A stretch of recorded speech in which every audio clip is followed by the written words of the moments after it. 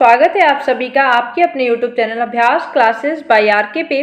तो आज हम देखने वाले हैं हिंदी व्याकरण के कुछ इंपॉर्टेंट क्वेश्चंस को। ये जो क्वेश्चंस हैं हमारे पीईटी एग्जाम जो कि अभी होने वाले हैं और यूपी लेखपाल जैसे एग्जाम्स के लिए बहुत ही ज़्यादा इंपॉर्टेंट हैं।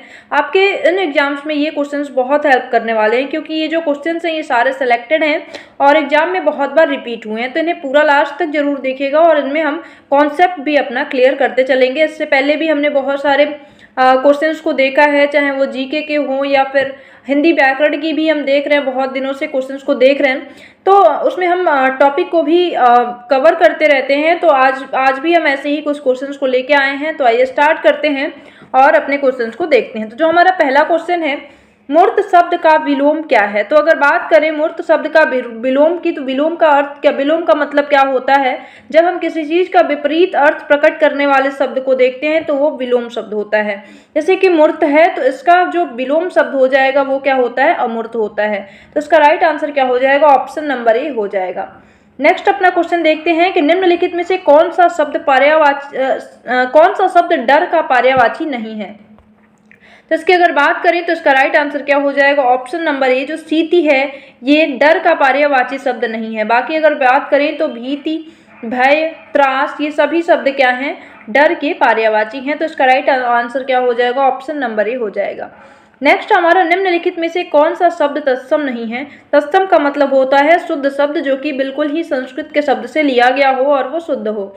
लेकिन अगर उसमें कोई अंतर आ जाता है तो वो तद्भव बन जाता है। और पूछा गया है कि इनमें तद्भव कौन है, मतलब कि इसमें कौन सा तत्सम नहीं है।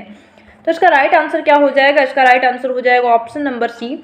जो पानिप शब्द है ये तत्सम शब्द नहीं है, जबकि जो धृष्ट है, पृष्ठ है, पंख है, ये सभी शब्द क्या है, तत्सम शब्द हैं। अगला क्वेश्चन देखते हैं, निम्नलिखित में से कौन सा शब्द तद्भव नहीं है। तो इसमें से जो तद्भव है यही तद्भव नहीं है, मतलब जो तद्भव शब्द है ये एक तत्सम शब्द है, ये एक शुद्ध शब्द है। तो इसका right answer option number B हो जाएगा। बाकी अगर बात करें तो उपज, उपला, उबाल ये सभी ही तद्भव शब्द हैं।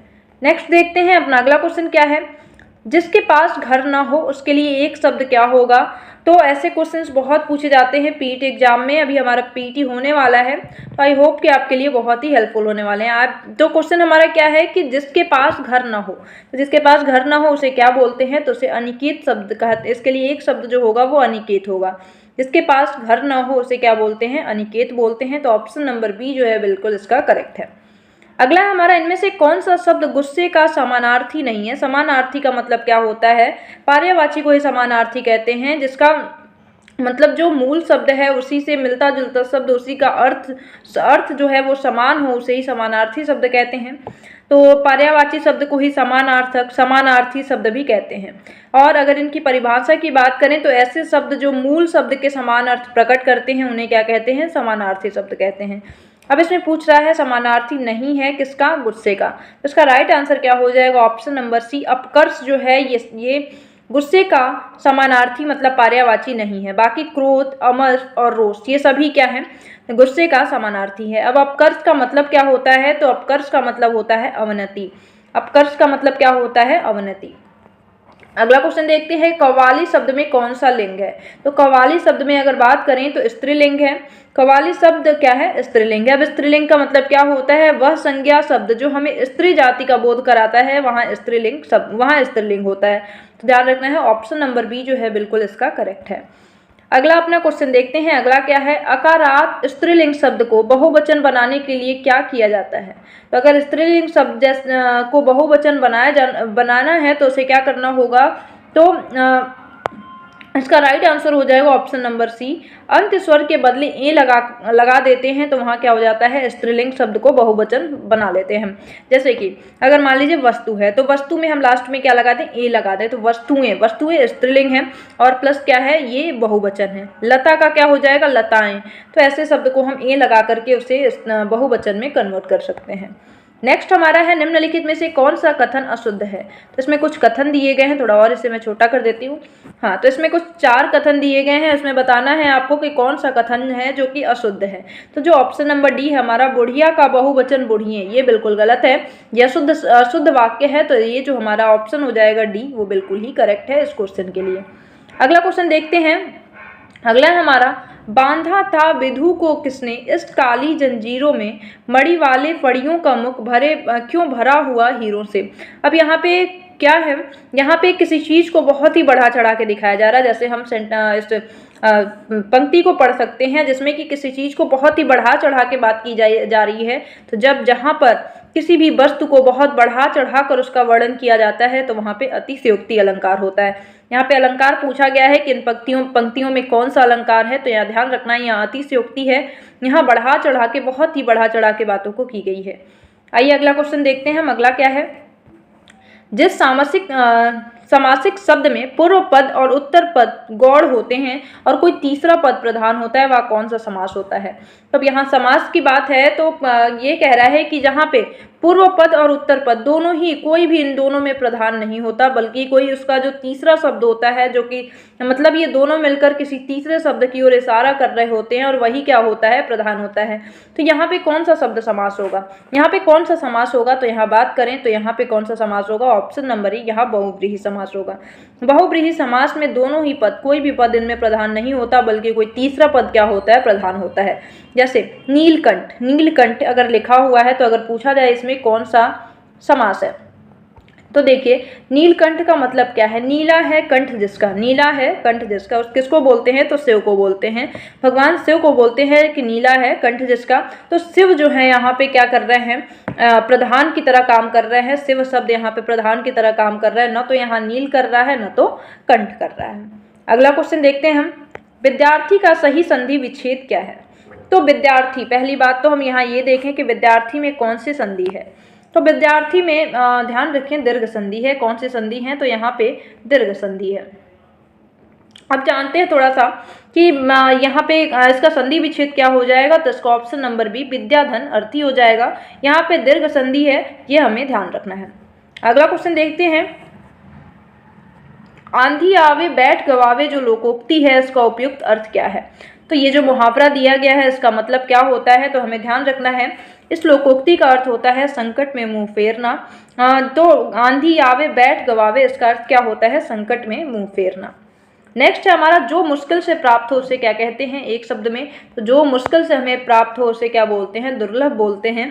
तो क्या हो जाएगा, ऑप्शन नंबर सी जो है बिल्कुल इसका करेक्ट हो जाएगा। आइए अगले क्वेश्चन को देखते हैं। तो हमारा अगला क्वेश्चन है, इनमें से कौन सा शब्द अरुण का समानार्थी नहीं है। मतलब समानार्थी मतलब वही पर्यायवाची नहीं है। तो अरुण की बात करें, अरुण मतलब सूर्य होता है, तो अरुण का पर्यायवाची सूर्य हो गया। सूर्य का सारथी कुमकुम, ये सभी क्या हैं, अरुण के पर्यायवाची हैं। लेकिन कौन नहीं है, तो बिंबा फल जो है ये अरुण का पर्यायवाची नहीं है। तो इसका राइट आंसर क्या हो जाएगा, ऑप्शन नंबर डी हो जाएगा। नेक्स्ट अपना क्वेश्चन देखते हैं, मंत्री शब्द का लिंग क्या है। तो मंत्री शब्द एक उभयलिंगी है। मंत्री शब्द क्या है, उभयलिंग है। यहाँ पे कौन सा लिंग है, तो उभयलिंग है। नेक्स्ट अपना क्वेश्चन देखते हैं, हिंदी में कितने वचन होते हैं। तो बहुत ये तो सिंपल क्वेश्चन है। हिंदी में 2 वचन होते हैं, एक वचन और बहुवचन। इसका मतलब क्या है कि संज्ञा के जिस रूप में किसी व्यक्ति वस्तु के एक या एक से अधिक होने का हमें पता चलता है, वही क्या होते हैं, उसे ही क्या बोलते हैं, वचन बोलते हैं। तो हिंदी में 2 वचन होते हैं, एक वचन और बहुवचन। एक वचन और बहुवचन, एक वचन मतलब जहाँ किसी वस्तु का एक होना पता चलता है कि वो वस्तु एक ही है, वहाँ एक वचन होता है, और जहाँ एक से ज़्यादा होते हैं वहाँ बहुवचन होता है।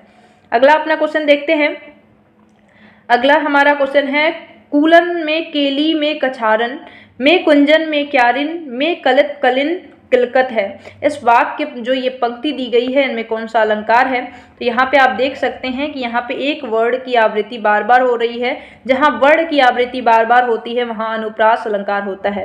अब किस वर्ड की आवृत्ति हो रही है, तो यहाँ पे क वर्ड की आवृत्ति बार बार हो रही है। कूलन, केली, कछारन, कुंज, क्यारिन, कलिक, कलिन, तिलकत, इन सभी में क वर्ड का यूज किया जा रहा है, और क वर्ड के यूज होने की वजह से यहाँ पे क्या है, अनुप्रास अलंकार है। अब ध्यान रखिए कि अब आपको कमेंट सेक्शन में एक बात बतानी है कि जहाँ पे शब्द की आवृत्ति बार बार होती है वहाँ पे कौन सा अलंकार होता है। क्योंकि पिछली वीडियो में जो हमने इसकी हिंदी व्याकरण की वीडियो देखी थी क्वेश्चंस की, उसमें मैंने इसको डिटेल में बताया था। तो आई होप कि आप कमेंट सेक्शन में ज़रूर बताओगे। नेक्स्ट अपना देखते हैं, आमरण में कौन सा समास है। अगर बात करें आमरण में, तो आमरण में कौन सा समास है, इसका ऑप्शन नंबर बी करेक्ट है, अव्ययी भाव समास। अव्ययी भाव समास में क्या होता है, पहला पद जो होता है वो प्रधान होता है या अव्यय होता है। तो इसमें जो अव्यय आमरण है यहाँ पे कौन सा समास है, अव्ययी भाव समास है। नेक्स्ट अपना क्वेश्चन देखते हैं। नेक्स्ट है सब कोई सर्वनाम के किस प्रकार का उदाहरण है। तो सब कोई किस प्रकार का उदाहरण है, तो ये संयुक्त सर्वनाम का उदाहरण है। ऑप्शन नंबर डी जो है इसके लिए बिल्कुल ही करेक्ट है। नेक्स्ट अपना क्वेश्चन देखते हैं। अगला है हमारा, गुरुजी मेरा डैश स्वीकार करें, रिक्त स्थान भरने के लिए नीचे दिए गए विकल्पों में से उपयुक्त शब्द चुनें। तो यहाँ पे देख रहे हैं आप कि क्या हो रहा है, यहाँ पे किसी से श्रद्धापूर्वक बात की जा रही है। तो यहाँ पे क्या कहा जा सकता है, गुरु जी मेरा अभिवादन स्वीकार करें, क्या करें, अभिवादन स्वीकार करें। तो यहाँ पे कौन सा सही हो जाएगा, ऑप्शन नंबर सी जो है बिल्कुल करेक्ट हो जाएगा। अगला है अनुस्वार किसका कार्य करता है। तो अनुस्वार किसका कार्य करता है, ऑप्शन नंबर डी पंचम वर्ण का कार्य करता है अनुस्वार। तो इसका right answer option number C हो जाएगा। अच्छा, अनुस्वार होता क्या है, तो बात करें अनुस्वार की तो यह स्वर के बाद आने वाला व्यंजन होता है जिसकी ध्वनि नाक से निकलती है। जैसे कि अंगूर, अ पे देखिए, अ के बाद एक व्यंजन आ रहा है, नौ हल्का सा नौ आ रहा है जो कि नाक से स्वर का ये निकलता है ध्वनि। अंगूर हो गया, अंगद हो गया, कंकड़ हो गया। तो जैसे देखिए अंगूर, अंगूर में अगर बात करें तो अ देखिए एक स्वर है और इसके बाद एक व्यंजन आ रहा है अंग, जो कि नाक से स्वर की ध्वनि निकल रही है, इसकी ध्वनि निकल रही है। तो यहाँ क्या है, अनुस्वार है। तो ये पंचम वर्ण का क्या है, एक पंचम वर्ण का एक कार्य करता है। नेक्स्ट देखते हैं। अगला है हमारा, बिल्ली छत से कूद पड़ी कौन सा कारक है। जब कोई चीज अलग हो रही होती है तो वहां पे कौन सा कारक होता है, तो वहां पे आपादान कारक होता है। तो ये हमने पिछले वीडियो में भी इससे रिलेटेड क्वेश्चन देखा था, ध्यान रखिए। जैसे कि हम याद करते हैं, कर्ता ने कर्म को करण से संप्रदान के लिए, ऐसे करके है ना। तो ये क्या है, ऑप्शन नंबर डी। जब ऐसे बस ध्यान रखिए कि जब कोई चीज अलग हो रही हो तो वहां आपादान कारक होता है। छत से क्या हो रही है, कूद रही है, तो कूद रही है तो क्या है, यहाँ पे आपादान कारक है। तो यहाँ पे अब हमारा आ गया है 24 से 25 का जो क्वेश्चन है। इसमें आप देख रहे हैं जैसे अशुद्ध वाक्य को चुनना रहता है। एक पूरा वाक्य होता है जिसमें कि कुछ पार्ट दिए होते हैं, 4 पार्ट पे mainly A B C D 4 भागों में वो वाक्य डिवाइड होता है। और जो अगर उसमें कोई भी अशुद्ध है तो वही ऑप्शन सही होता है, और कोई अशुद्ध नहीं है तो ऑप्शन नंबर डी हमेशा ही करेक्ट होता है। तो आइए देखते हैं क्वेश्चन नंबर अपने 24 को। 24 क्या है, वे मित्र होकर भी परस्पर, वे मित्र होकर भी, जैसे आप यहाँ ध्यान रखिए, वे मित्र होकर भी ए हो गया ऑप्शन, परस्पर एक दूसरे को संदेह बी हो गया, की दृष्टि से देखते हैं सी हो गया, और अगर कोई त्रुटि इन तीनों में नहीं है तो ऑप्शन नंबर डी आपको करेक्ट करना होता है। तो अब बात करें तो इसमें कौन से में अशुद्धि है, तो देखते हैं इसमें जो ऑप्शन नंबर बी है, परस्पर एक दूसरे को संदेह, यहाँ पे या तो परस्पर होगा या तो एक दूसरे होगा। तो दोनों में से कोई एक ही वर्ड यूज करना होता है, दोनों ही एक साथ यूज नहीं करना होता है। इसी वजह से ऑप्शन नंबर बी जो है इसमें त्रुटि है, और इसी वजह से ये ही ऑप्शन नंबर बी जो है यही इस क्वेश्चन का आंसर है। हमारा लास्ट क्वेश्चन कि यहाँ पे है, फिर वही है कि जब मैं बोलूँ, ये ऑप्शन नंबर ए हो गया, तब तुम तुरंत उठकर ऑप्शन नंबर बी हो गया, चले जाओ ऑप्शन नंबर सी हो गया, और अगर इन तीनों में कोई त्रुटि नहीं है तो आपको डी लगाना होगा। अब आप देखिए इसमें किसमें त्रुटि है, तो बात करें जब मैं बोलूं तब तुम तुरंत उठकर चले जाओ, चले जाओ में यहाँ पे गलती है, यहाँ पे चले जाना होना चाहिए। तो इसका शुद्ध वाक्य होना चाहिए कि जब मैं बोलूं तब तुम तुरंत उठकर चले जाना, और ये करेक्ट होना चाहिए। तो ऑप्शन नंबर जो सी है इसमें गलती है और ये अशुद्ध है, इस वजह से यही क्या हो जाएगा, हमारा इस क्वेश्चन का आंसर हो जाएगा। तो आई होप कि सारी चीज़ें आपको समझ में आई होंगी और आपके लिए ये वीडियो हेल्पफुल होगा। तो मिलते हैं अगली वीडियो में। अगर आपने चैनल को सब्सक्राइब नहीं किया तो प्लीज़ सब्सक्राइब जरूर कर लीजिएगा, क्योंकि ऐसे ही बहुत सारे इंपॉर्टेंट क्वेश्चन, इंपॉर्टेंट टॉपिक आपको यहाँ पे मिलते रहते हैं। और तब तक के लिए बाय बाय, मिलते हैं अगली वीडियो में। Bye bye, have a nice day, thank you so much.